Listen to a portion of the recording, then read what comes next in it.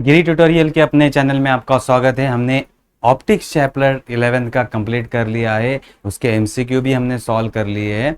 अब हम question 3 numerical की ओर बढ़ते हैं। ओके, सो जो हमें पहला न्यूमेरिकल दिया है, solve the following numerical examples, उसमें पहला जो हमें दिया गया है, a monochromatic ray of light strike the water having refractive index 4/3 water surface in the cylindrical vessel at the angle of incident 53 degree.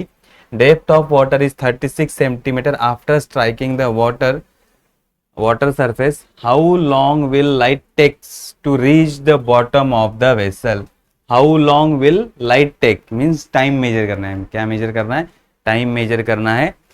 यहाँ क्या दिया है? Angle of the most popular Pythagorean triangle of side in a ratio of 3:4:5 and nearly 37 degree, 53 degree and 90 degree. ये हमें hint दिया गया है, हमें इस ट्रायंगल का यूज करना है, हमें इस ट्रायंगल का यूज करना है। ठीक है, कौन सा ट्रायंगल हमें दिया गया है? देखो, इस ट्रायंगल को समझ लेते हैं पहले।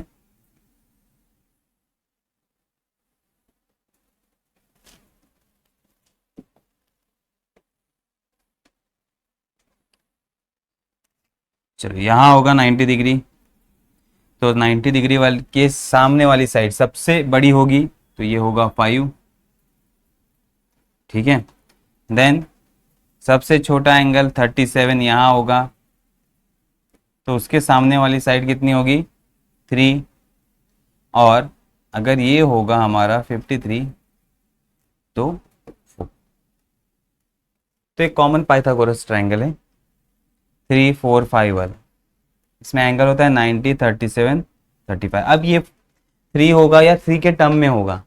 3 के टर्म में मीन्स 3x हो सकता है। ये मीन्स ये अगर 6 होगा, ये साइड अगर 6 होगा तो ये 8 होगा और ये 10 होगा, तो ये मल्टीप्लाई में बढ़ता जाएगा, तो रेशियो इनका सेम रहेगा 3:4:5। मीन्स हम इसको ऐसे भी लिख सकते हैं 3x, 4x, 5x।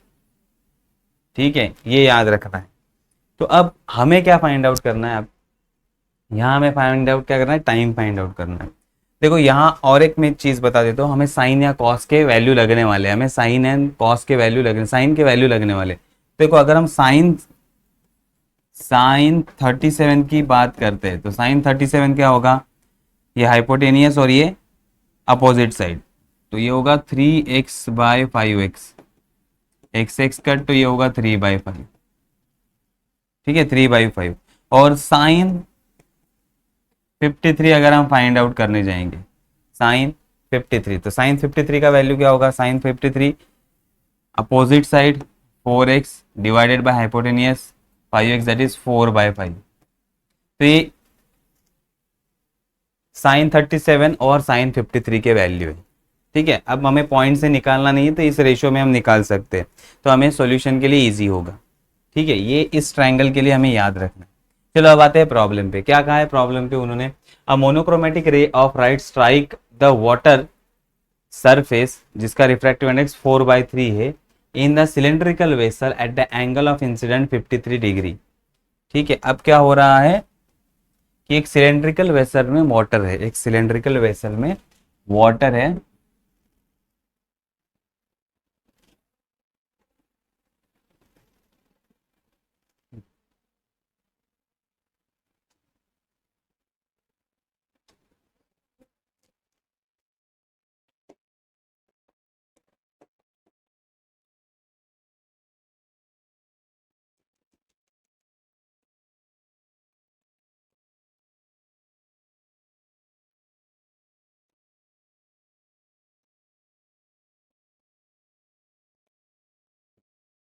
अब पहले हम नॉर्मल ड्रॉ कर लेते हैं।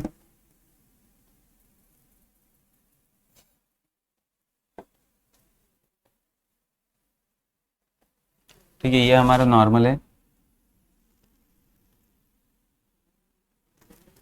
Now light strike on, like इस पे स्ट्राइक हो रहा है वाटर सरफेस पे, कितने एंगल पे सर? 53 डिग्री पे। यहाँ स्ट्राइक होगा 53 डिग्री से, देन यहाँ से वो आगे यहाँ तक चला जाएगा। तो यहाँ हम ट्रायंगल ड्रॉ कर लेते हैं दो।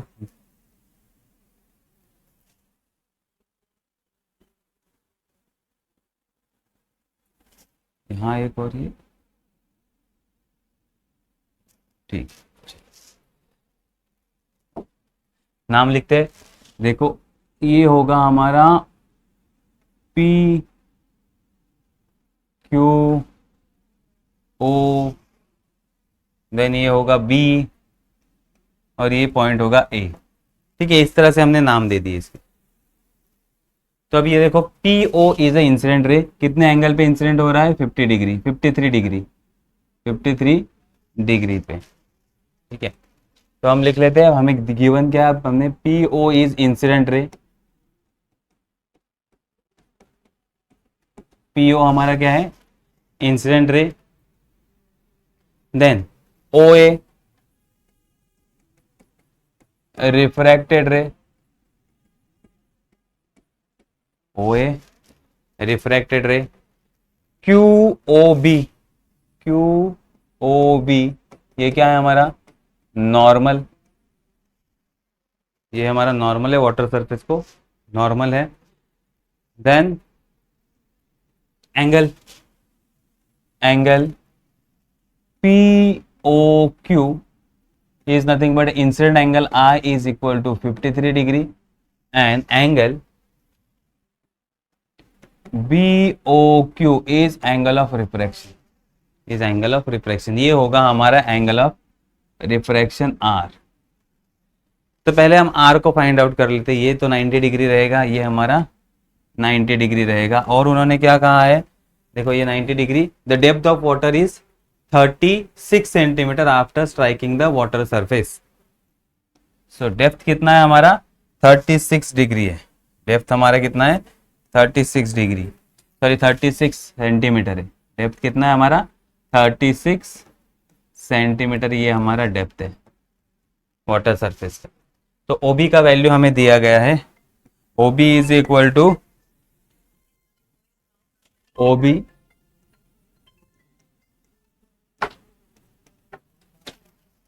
OB is equal to 36 centimetre हमें दिया गया है। चलो अब हम फाइंड आउट करते हैं, पहले तो R, क्योंकि हमें प्रूव करना है कि ये 90 है, R एंगल कितना होगा, तो वो हम प्रूव करते हैं पहले। तो हमारा फॉर्मूला अप्लाई होगा अब,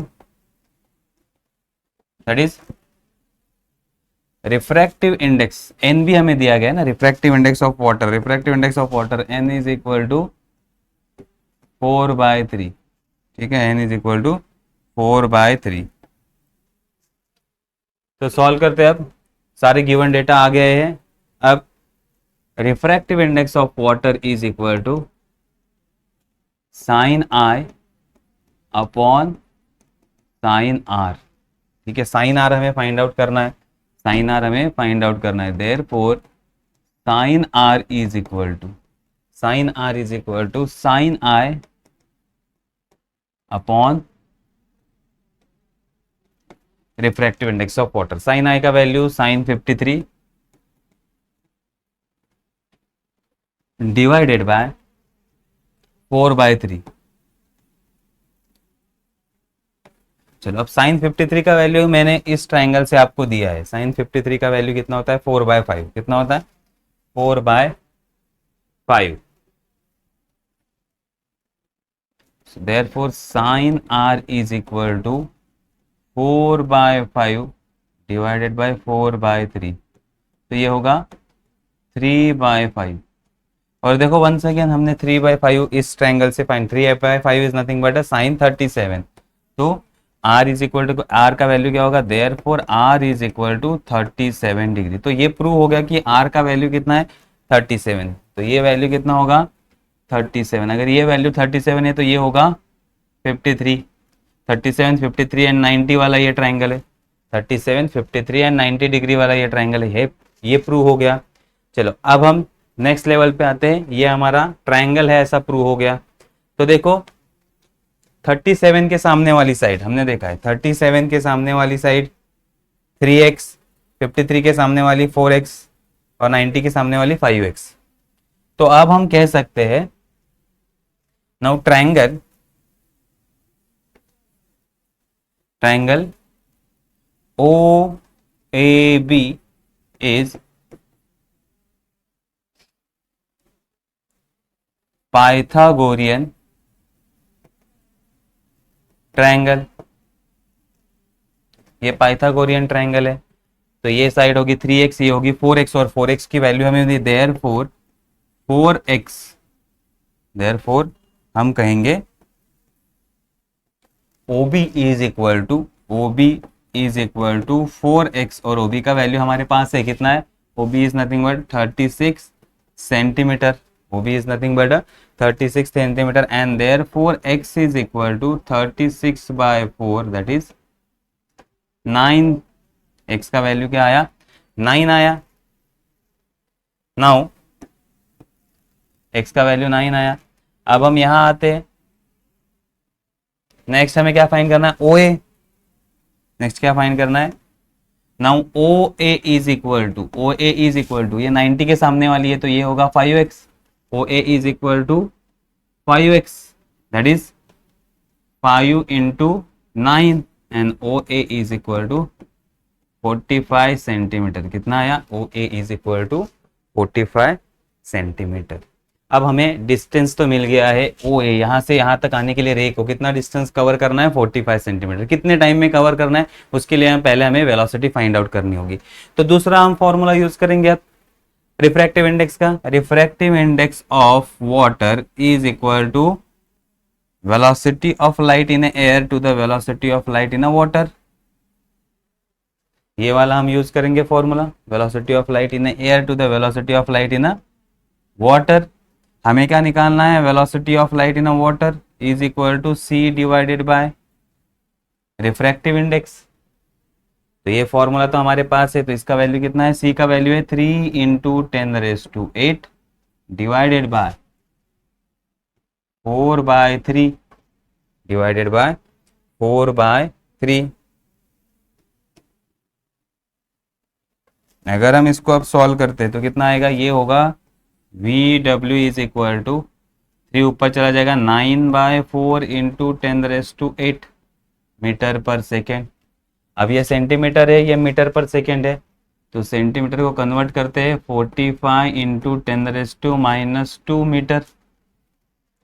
अब नेक्स्ट हमें क्या फाइंड करना है, मेन टाइम कितना लगेगा, तो वेलोसिटी का definition, velocity is equal to displacement upon time, displacement upon time. Displacement अपना कितना है, OA, टाइम हमें फाइंड आउट करना है, therefore time is equal to OA upon velocity of light in water. OA का वैल्यू कितना आया, OA का वैल्यू है 45 into 10⁻² divided by 9/4 into 10⁸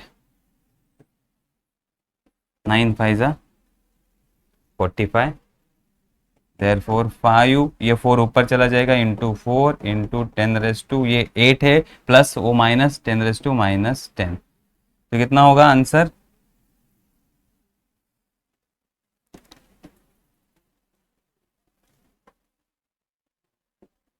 therefore T is equal to, time is equal 20 into 10⁻⁻10, 20 into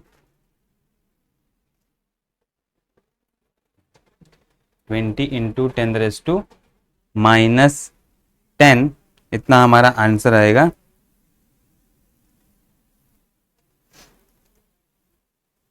metre पर second, metre पर,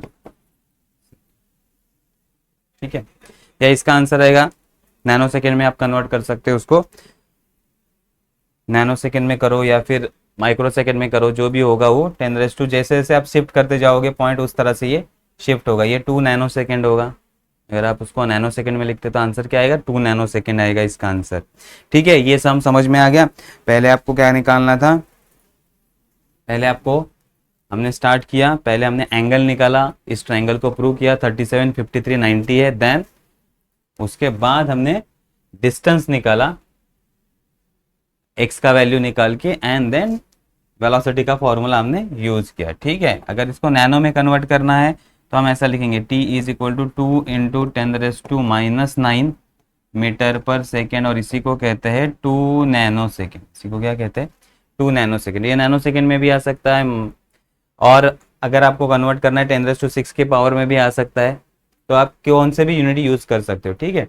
तो ये हो गया हमारा पहला सम, ये हो गया हमारा पहला सम। अब आते हैं हम दूसरे सम पे।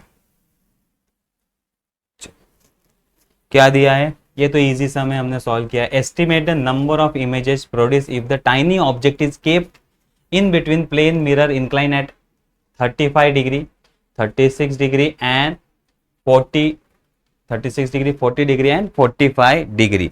ऐसे हमें कितने केसेस दिए गए हैं, 4 एंगल दिए गए हैं, ठीक है। चलो पहले पे आते हैं सॉल्यूशन में।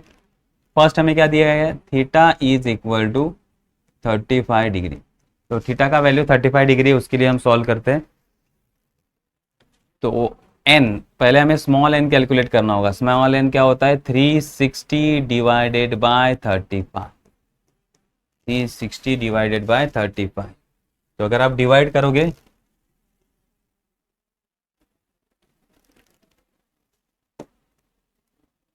ये होगा 10.28, ये क्या होगा 10.28। तो n is not an integer, ये इंटीजर नहीं है। तो अब therefore n is equal to integer part 10, that is integer part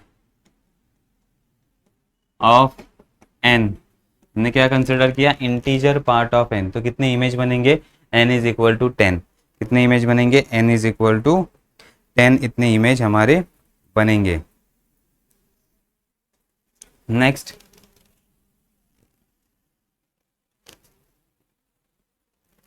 theta is equal to second 36 degree, 36 degree. So n is equal to 360 divided by theta, that is 36, 360 divided by theta 36, तो ये आएगा 10। तो ये n क्या है, n is even integer, therefore number of image n is equal to क्या होगा, n-1, n-1। अगर इवन आता है तो उसमें से एक हमें क्या करना होता है, माइनस करना होता है, ठीक है। तो आंसर क्या आएगा हमारा, n is equal to 10-1, that is 9 images. क्या आएगा, 9 इमेजेस आएगा।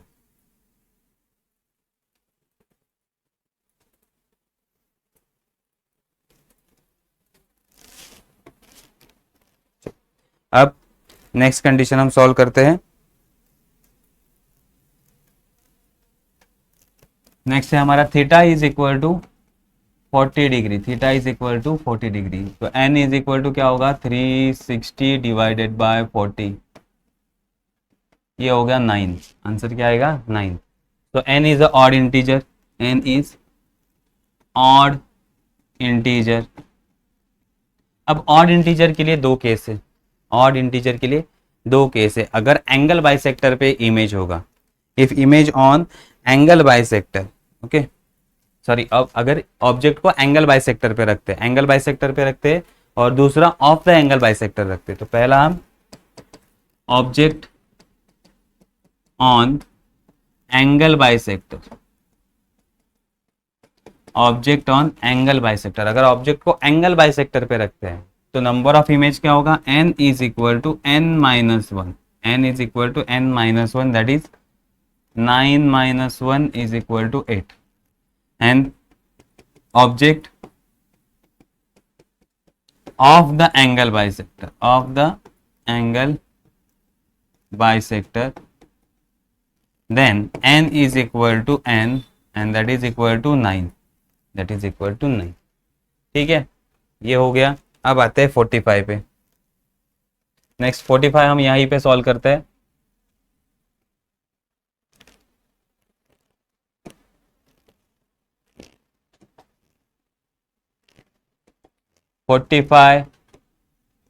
Degree, so n is equal to 360 divided by 45, 360 divided by 45,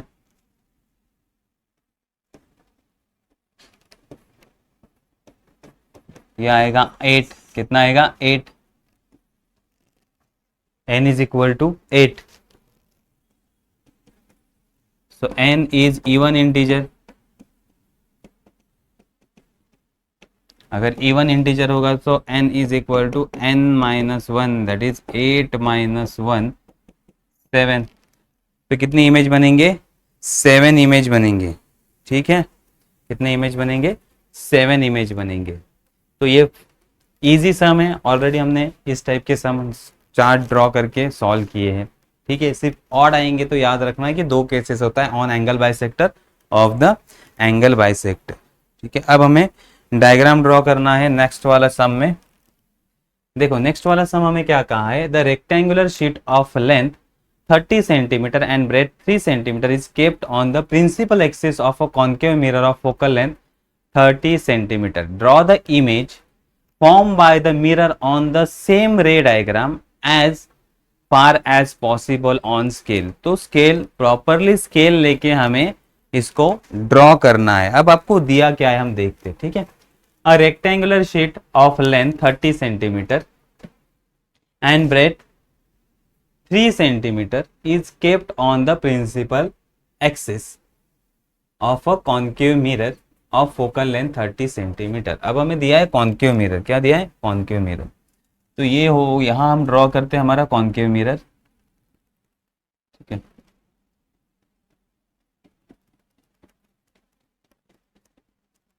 then हम ड्रॉ करते हैं इसका प्रिंसिपल एक्सिस.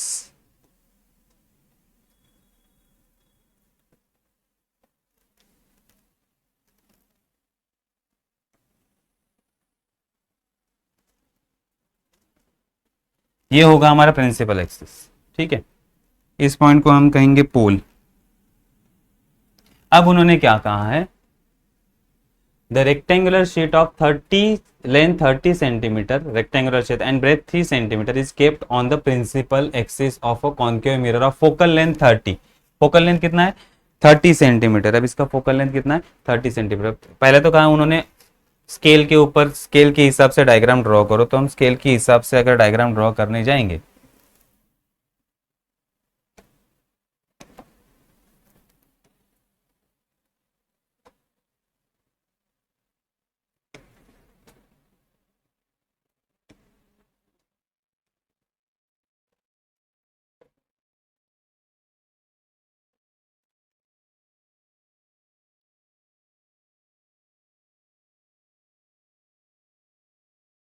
चलो 1 सेंटीमीटर इज इक्वल टू हम लेते हैं 10. 1 सेंटीमीटर इज इक्वल टू 10 लेते हैं. ठीक है, तो ये हमारा 10 होगा.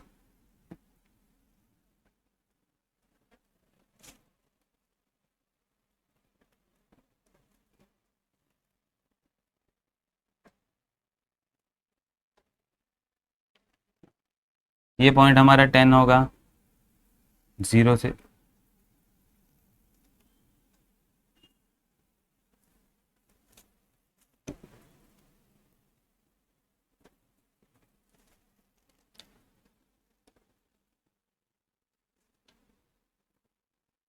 Ten 20 30 40 50 60 70 80 90 100 110 20 30 40 and 150.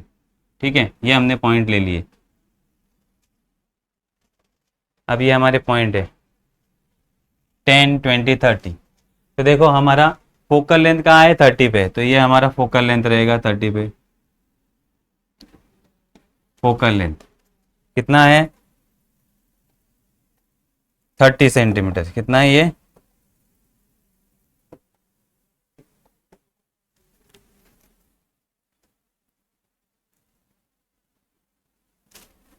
ये है 30 centimetre.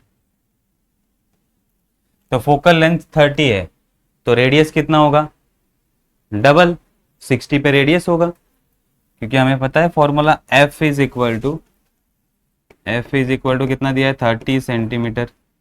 So F is equal to R/2 and therefore R is equal to 2F, that is R is equal to 60 centimetre. दोनों निगेटिव में रहेंगे, दोनों क्या रहेंगे? निगेटिव में रहेंगे क्योंकि इस साइड पे है, ये भी निगेटिव, ये भी निगेटिव, दोनों भी निगेटिव है, दोनों निगेटिव है। तो आर कहाँ आएगा 60 पे, ये हो गया 30, 40, 50, 60, तो यहाँ आएगा हमारा सी, ये पॉइंट आएगा सी। ये भी कितना होगा 30 सेंटीमीटर।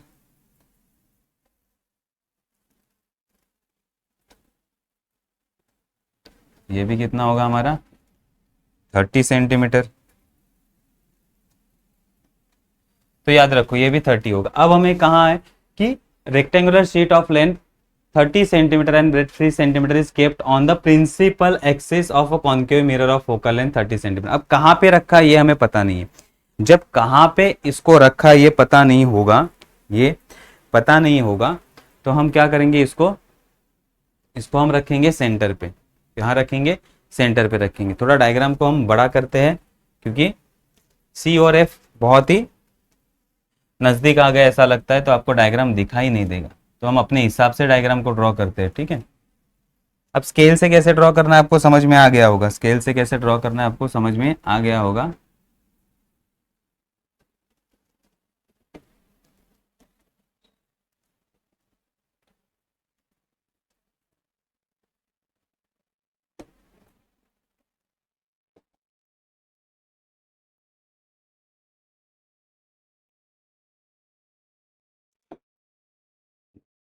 तो यहाँ हमने एफ ले लिया, ये हमारा एफ है, और उसके डबल में हमने ले लिया सी।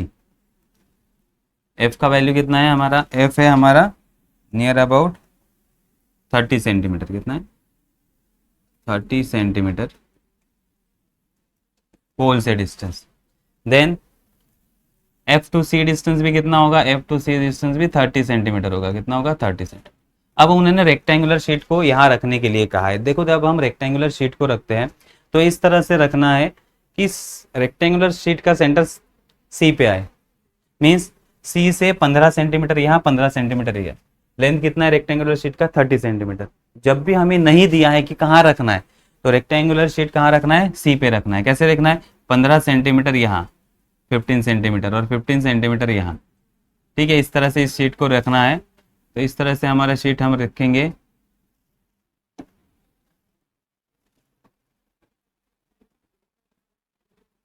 ठीक है,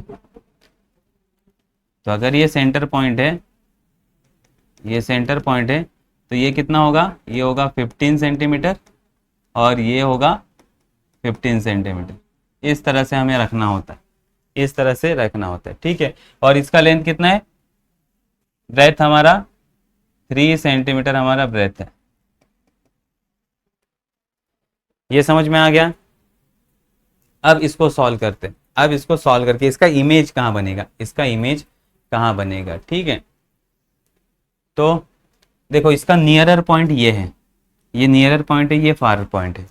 एक नियर वाला पॉइंट है और एक क्या है, फार पॉइंट है। तो नियर वाले पॉइंट को हम कहते हैं U1 और फार वाले पॉइंट को कहते हैं U2। नियर वाले पॉइंट को क्या कहते हैं, U1 और फार वाले पॉइंट को क्या कहते हैं, U2। अब U1 का वैल्यू देखो क्या होगा, U1 इज इक्वल टू ये 30 और ये टोटल 30, उसमें से 15 चला गया, तो 30 प्लस 15 ये होगा 45 माइनस 45 सेंटीमीटर। ठीक है, देन U2 कितना होगा, ये नियरेस्ट पॉइंट है, ये नियरेस्ट पॉइंट। दूसरा ये C तक का डिस्टेंस 30 प्लस 30 60 और उसमें 15 ऐड किए, तो ये होगा माइनस 75 सेंटीमीटर। ये होगा फारेस्ट पॉइंट, ये होगा फारेस्ट पॉइंट। अब इसका यूज करके हम V का वैल्यू निकालेंगे और देन हम हाइट भी निकालेंगे। क्या निकालेंगे, इमेज का हाइट। तो U1 का इमेज कहाँ बनेगा, U1 पॉइंट का इसका इमेज कहाँ बनेगा, U2 का कहाँ बनेगा, वो हम फाइंड आउट करते। तो उसके लिए हम यूज करेंगे कौन सा फॉर्मूला, उसके लिए हम यूज करेंगे हमारा मिरर फॉर्मूला। चलो तो हम सॉल्व करते हैं। पहला देखो हमें गिवन क्या है, पहले तो F is equal to 30 centimetre, वो भी निगेटिव। देन हमें दिया गया है U1 is equal to minus 45 centimetre and therefore 1 upon F is equal to 1 upon V plus 1 upon U। तो ये होगा U1, ये होगा V1। u1 और v1 and therefore 1 upon v1 is equal to 1 upon v1 is equal to 1 upon f minus 1 upon u1, u1 वहां चला गया तो ये होगा 1 upon minus 30 minus 1 upon minus 45, तो माइनस माइनस प्लस हो जाएगा, माइनस माइनस प्लस, तो ये होगा 1 अपॉन माइनस 30 प्लस 1 अपॉन 45। अगर हम एलसीएम लेंगे तो क्या होगा 45 प्लस माइनस 30, तो ये होगा minus 30 divided by 45 into 30, 1 upon v1, 15 divided by 45 into 30, 15 टू ज़ा, तो ये होगा 1 upon v1 is equal to 1 upon 90, 1 upon 90। ठीक है, यहाँ माइनस साइन रहेगा, माइनस साइन रहेगा, 1 अपॉन 90 तो ये माइनस आएगा and therefore v1 is equal to minus 90 centimetre. कहाँ पे आएगा ये 90 सेंटीमीटर पे v1 आएगा, 90 सेंटीमीटर पे v1 आएगा। तो अब अगर हम डायग्राम में देखते हैं तो हमारे v1 कहाँ पे आएगा 60, देन उसके आगे 90 पे हमारा क्या आएगा v1 आएगा। ठीक है, अब हम यूज करते हैं हमारा दूसरा फॉर्मूला की हाइट कितना होगा इमेज का, इमेज का हाइट कितना होगा वो अब हम फाइंड आउट करते हैं। तो हमारा फॉर्मूला क्या है, magnification is equal to height of image to the height of object is equal to v by U. क्या होगा हमारा v by you minus v by U होगा। तो अब हमारा हाइट ऑफ इमेज हमें निकालना है, हाइट ऑफ ऑब्जेक्ट कितना है हमारा 3 सेंटीमीटर हमें दिया गया है। देखो हाइट कितना है 3 सेंटीमीटर, दोनों के लिए सेम रहेगा, 3 सेंटीमीटर हमारा हाइट है। v का वैल्यू अभी अभी हमने फाइंड आउट किया, v का वैल्यू कितना है माइनस 90, ये v1 होगा और ये u1 होगा, तो minus minus plus 90 divided by u1 का वैल्यू कितना है, u1 is equal to minus 45, minus 45, तो 45 टू ज़ा 90 और H R is equal to height of image is equal to 2 into 3 minus 2 into 3 that is equal to minus 6 centimetre, minus 6, height of image क्या आएगा minus 6 centimetre. तो 90 पे होगा पहले का इमेज और 6 सेंटीमीटर इतना बड़ा होगा। ठीक है, अब आते हैं दूसरे केस पे, फारेस्ट पॉइंट के लिए, नियर पॉइंट हो गया फारेस्ट पॉइंट के लिए, ये कौन सा पॉइंट हो गया हमारा नियरेस्ट पॉइंट, नियरेस्ट पॉइंट। अब हम फाइंड करेंगे फारेस्ट पॉइंट। फारेस्ट पॉइंट कितने सेंटीमीटर पे है हमारा,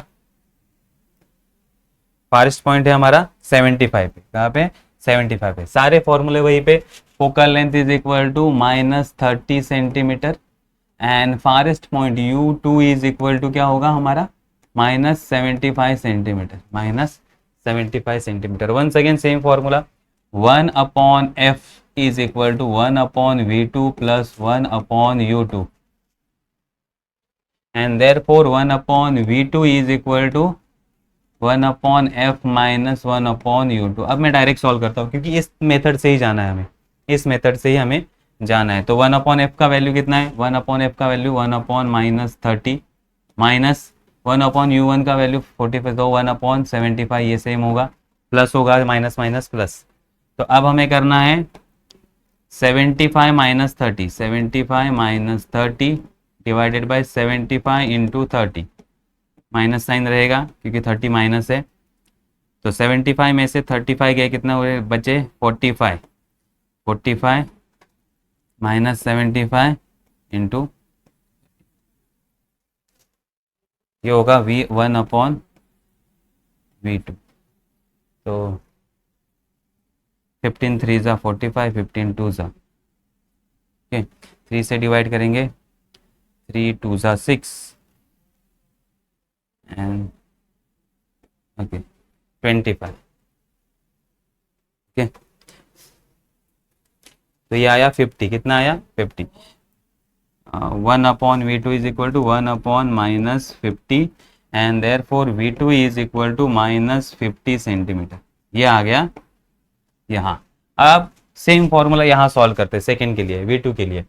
तो M is equal to HI/HO is equal to -V2/VU2। तो HI हमें निकालना है, HI is equal to HO into V2 का वैल्यू कितना है हमारा -50, तो ये हो जाएगा 50। U2 का वैल्यू है हमारा -75,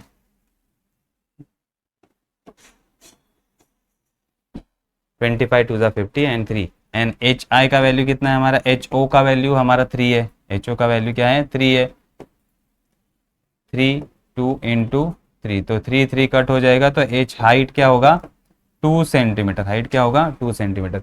तो V2 50 पे आएगा और 2 सेंटीमीटर रहेगा।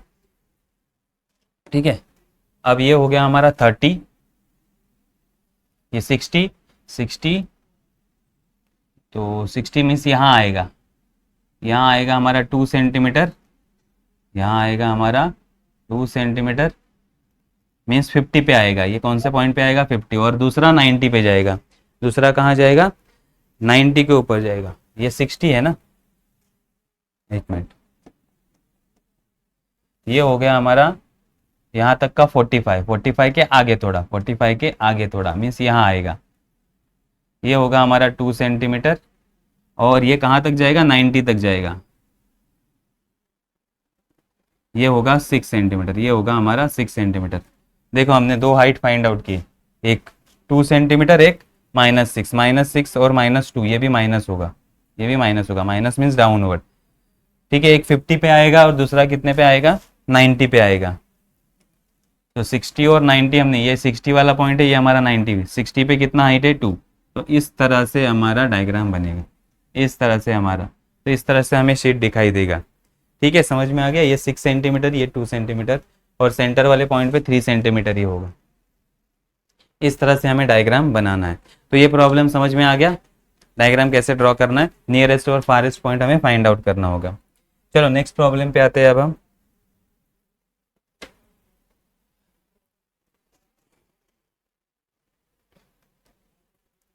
A car use a convex mirror of curvature 1.2 meter as its rear view mirror.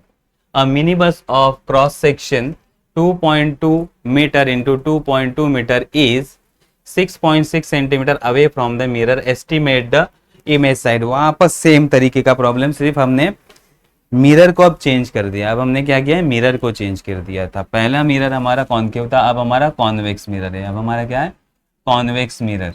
ठीक है, कॉन्वेक्स मिरर है, कॉन्वेक्स मिरर है। देन हमारा सेंटर वाला लाइन, उसका एक्सिस हमें ड्रॉ करना होगा,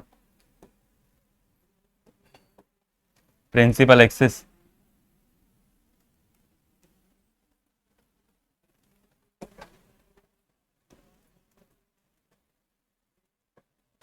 ये हमारा प्रिंसिपल एक्सिस है। ठीक है, अब उन्होंने क्या कहा है कि a car use a convex mirror of curvature 1.2 metre. तो इसका रेडियस हमें दिया गया है, रेडियस हमें दिया गया है 1.2 metre as it's rear view mirror. A mini bus of cross section 2.2 into 2.2 metre is 6.6 metre away. तो इस, अब हमारा एक यहाँ बस होगा, लेंथ क्या होगा इसका, स्क्वायर में होगा। ये थोड़ा बड़ा ड्रॉ करते हैं।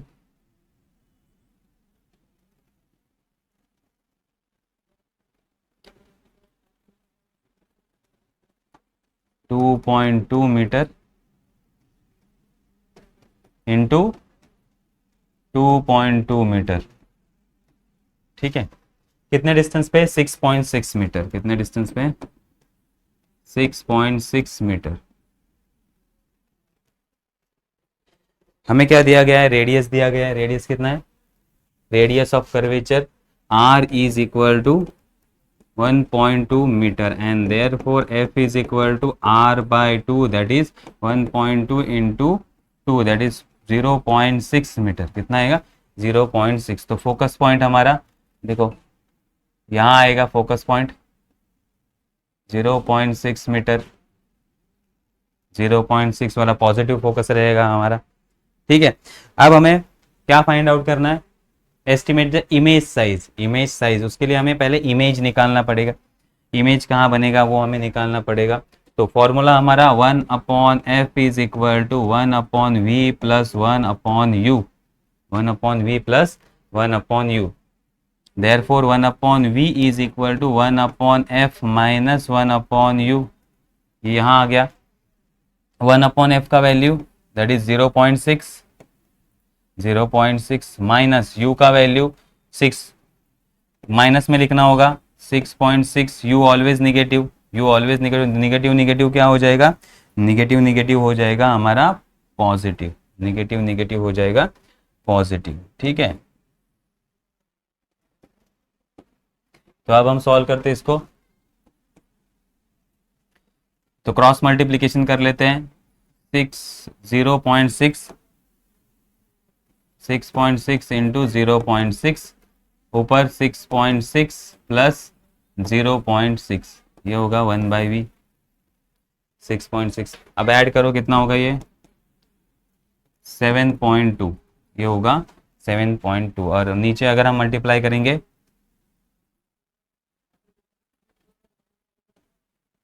ये होगा 3.96, 3.96। ओके, तो ये होगा 20/11। सॉल्व करेंगे अब 20/11 इसका आएगा। Therefore v is equal to 11/20, 11/20 अगर सॉल्व करोगे आप 2 से डिवाइड करोगे तो ये 0.55 सेंटीमीटर। कितना आएगा? v is equal to 0.55 centimetre. v का वैल्यू मिल गया हमें, सेंटीमीटर मीटर में है। ठीक है, इसको मीटर लिखते हैं, मीटर में दिया गया है। तो v is equal to 0.55 metre, ये आ गया हमारा v का आंसर। अब नेक्स्ट हमें क्या फाइंड आउट करना था? ये तो v मिल गया, हमें फाइंड आउट करना था इमेज कितना बड़ा होगा। तो same formula, magnification is equal to height of image to the height of object is equal to minus v by you, minus v by u. तो अब height of image is equal to height of object into v का value कितना आया 0.55, you का value हमारा 6.6, minus minus plus हो जाएगा तो ये 6.6 और एच ओ का वैल्यू कितना है हमारा, एच का 2.2 हमारा वैल्यू है तो 0.55 डिवाइड बाय 6.6 तो ये होगा 3, ये होगा 3। और अगर हम एच आई का वैल्यू फाइंड आउट करें, एच आई का वैल्यू फाइंड आउट करें 3 से डिवाइड करो 0.3 × 3, 2 3 8 14 तो 24, एक बचा 3 3 9, ये होगा height of image. Height of image कितना आया 0.183, 0.183। ठीक है, ये आ गया हाइट। तो हमें हाइट भी मिल गया। ये प्रॉब्लम समझ में आ गया। ठीक है, अब आते हैं हम नेक्स्ट प्रॉब्लम। नेक्स्ट प्रॉब्लम भी इजी है। क्या कहा है उन्होंने? A glass slab of thickness 2.5 centimeter having refractive index 5/3 is kept on the ink spot. A transparent beaker of very thin bottom containing water of refractive index 4/3 up to 8 centimeter is kept on the glass block. Calculate the apparent depth of the ink spot when seen from the outside air. Seeing from the outside of air. अब हमें कहाँ क्या गया है वो हम देखते हैं कि हमारे पास एक इंक स्पॉट है, हमारे पास क्या है, एक इंक स्पॉट है, ये है इंक स्पॉट। ठीक है, इंक स्पॉट के ऊपर क्या रखना है हमें, A glass slab of thickness 2.5 centimetre having refractive index 5/3 is kept on the ink spot. तो अब इंक स्पॉट के ऊपर हम क्या रखेंगे, एक ग्लास स्लैब। इसके ऊपर एक ग्लास स्लैब हमने रख दिया। इसका थिकनेस कितना है, 2.5 सेंटीमीटर। कितना है, 2.5 सेंटीमीटर। 2.5 सेंटीमीटर थिकनेस है।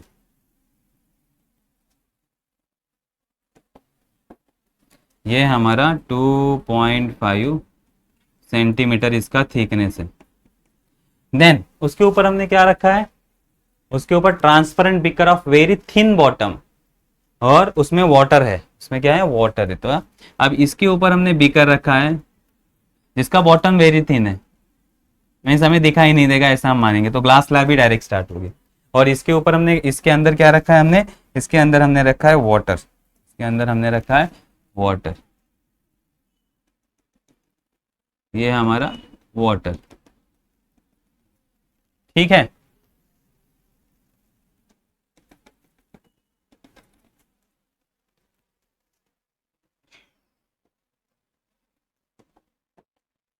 समझ में आ गया। और वाटर का लेंथ कितना है, अभी वाटर का डेप्थ 8 सेंटीमीटर। तो यहां से वाटर कितना तक जाएगा, 8 सेंटीमीटर। कहां तक जाएगा, 8 सेंटीमीटर। 8 सेंटीमीटर 2.5 सेंटीमीटर, ठीक है, थिकनेस। चलो अब यहां देखो, हम हमारे पास 3 मीडियम है। इंक स्पॉट को हम 3 मीडियम से देख रहे हैं। पहला तो है हमारा एयर मीडियम, पहला एयर मीडियम है। देन है हमारे पास water medium, and then glass. Then तो ऐसे 3 मीडियम है, ऐसे 3 मीडियम है। और हमें गिवन क्या दिया गया है, देखो थिकनेस ऑफ ग्लास स्लैब हमें दिया गया है, thickness of glass, thickness of water दिया गया है, और रिफ्रैक्टिव इंडेक्स लिख लेते हैं, refractive index of glass. Okay, given क्या दिया है, refractive index of glass is equal to 5/3, and second क्या दिया है, refractive index of water is equal to 4/3। ठीक है, ये हमें दिया गया है। अब हमें फाइंड आउट क्या करना है, calculate the apparent depth of the ink spot when seen from the outside air. Air से जब हम देखेंगे तो ये स्प्रिंग का एपरेंट साइज क्या होगा। तो apparent depth, real depth by apparent depth वाला फॉर्मूला हम यहाँ यूज करने वाले हैं। ठीक है, तो पहले हम ये सोचते कि अगर हम एयर से देखेंगे तो वाटर भी आएगा, ग्लास भी आएगा। तो पहले हम देखते कि वाटर से, अब हम मानेंगे कि पहले हम कहां से देख रहे हैं, वाटर से। तो पहले व्हेन ऑब्जर्व फ्रॉम वाटर, अगर वाटर के अंदर से हम देख रहे हैं, व्हेन ऑब्जर्व फ्रॉम वाटर, अब हम वाटर से देख रहे हैं, तो ग्लास से लाइट आ रहा है, वाटर में जा रहा है। लाइट कहां से आ रहा है, ग्लास से आ रहा है और वाटर में जा रहा है। तो refractive index, relative refractive index होगा हमारा, ये क्या होगा, real depth by apparent depth. Real depth by apparent depth. Apparent depth तो हमें फाइंड आउट करना है, एपरेंट डेप्थ हमें फाइंड आउट करना है। तो देखो, इसको एपरेंट डेप्थ हमारे पास नहीं है, रियल डेप्थ कितना है 2.5, रियल का वैल्यू कितना है here. So r is equal to कितना है हमारा 2.5 सेंटीमीटर, 2.5 सेंटीमीटर। तो पहले refractive index of glass 5/3, refractive index of water 4/3, real depth 2.5 centimetre, और एपरेंट डेप्थ हमें फाइंड आउट करना है। तो ये 3 कट हो जाएगा, ओके, एंड ए यहाँ आ जाएगा, ए यहाँ आ जाएगा, क्रॉस मल्टीप्लीकेशन में 2.5 इंटू 4, ये मल्टीप्लाई में चला गया, ये डिवाइड में आ जाएगा। तो 2.5 2 जा 5, एंड ये होगा 2। तो ये एपरेंट डेप्थ कितना आएगा 2 सेंटीमीटर। एपरेंट डेप्थ कितना आ गया 2 सेंटीमीटर। तो वाटर से अगर हम ग्लास में देखेंगे तो हमें कितना दिखेगा 2 सेंटीमीटर। ये स्पॉट कहाँ पे दिखेगा 2 सेंटीमीटर पे दिखेगा।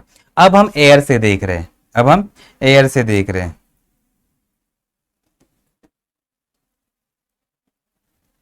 When observed from air,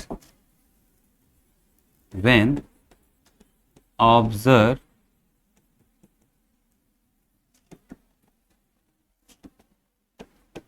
from air, अगर हम एयर से देख रहे हैं तो देखो, अब यहां हमें रियल डेप्थ लेने की जरूरत नहीं, वाटर एयर से देख रहे तो हमारी रेज वाटर में, वाटर से ग्लास में आ रही है, तो यहाँ एपरेंट डेप्थ हमें कैलकुलेट करना पड़ेगा। तो जब हम एयर से देखेंगे तो हमें एक्चुअल डेप्थ 8 सेंटीमीटर होगा, प्लस वाटर से जब देखेंगे तो एपरेंट डेप्थ, तो इसके साथ एपरेंट डेप्थ ऐड करना पड़ेगा। Therefore total real depth is equal to 8 हमारा वाटर का, प्लस हमें एपरेंट डेप्थ से दिखाई देगा, रियल डेप्थ तो दिखाई नहीं देगा, हमें किससे दिखाई, 2.5 सेंटीमीटर तो हम ले नहीं सकते क्योंकि हम एयर से देख रहे, तो लाइट बेंड होके आएगा। तो अब रियल डेप्थ होगा हमारा 10 सेंटीमीटर, ये भी हमें इसमें ऐड करना पड़ेगा क्योंकि एयर से हम देख रहे हैं, वाटर में जाके मिस वाटर और ग्लास, ये दो मीडियम के लिए एपरेंट डेप्थ कितना है 2 सेंटीमीटर, तो वो 2 सेंटीमीटर भी हमें ऐड अप करना होगा, तो ये होगा 10 सेंटीमीटर। वापस सेम फॉर्मूला, रिफ्रैक्टिव इंडेक्स किसका निकालेंगे, अब वाटर का एक ही मीडियम है, वाटर बाय एयर, एयर का तो 1 होगा, तो refractive index of water is equal to real depth by apparent depth. अब आएंगे रिफ्रैक्टिव इंडेक्स ऑफ वाटर क्या है हमारा 4/3 इज इक्वल टू रियल का वैल्यू कितना है 10, एपरेंट का निकालना है। Therefore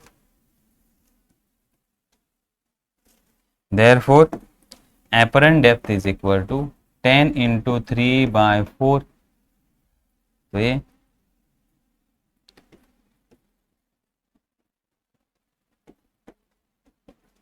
15/2 that is 7/5 centimetre, 7/5 centimetre कितना आया एपरेंट डेप्थ 7/5 सेंटीमीटर। तो जब हम एयर से देखेंगे तो हमें एपरेंट डेप्थ कितना दिखेगा 7/5 सेंटीमीटर।